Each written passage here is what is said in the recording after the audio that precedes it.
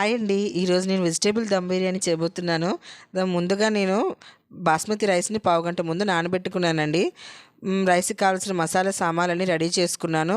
నేను ముందుగా మరుగుతున్న వాటర్‌లో కొద్దిగా సాల్ట్, మసాలా సామాన్లు, కొత్తిమీర, ఆయిల్ వేసి మనం ముందుగా నానబెట్టుకున్న బాస్మతి రైస్‌ని ఉడికించుకోవాలి. తర్వాత వేరే బాండి పెట్టి ఆయిల్ వేసి వేడెక్కాక మసాలా సామాన్లు, ఆయిల్, పచ్చిమిర్చి, టమాటో అన్నీ వేసి ఓ 5 నిమిషాలు ఫ్రై చేసుకోవాలండి.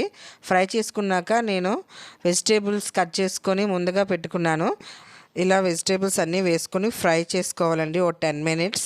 ఈలోపు మనం రైస్ ఉడికించుకుంటున్నాం కదండీ! మధ్య మధ్యలో చూసుకోవాలి, లేకపోతే మెత్తగా అయిపోతుంది రైస్. సో, ఇలా వెజిటేబుల్స్ అన్నీ ఫ్రై అయ్యాక ఉప్పు, కారం, పసుపు, గరం మసాలా పౌడర్ అన్నీ వేసుకొని ఓ 10 మినిట్స్ ఫ్రై చేసుకోవాలండి మన వెజిటేబుల్స్‌ని.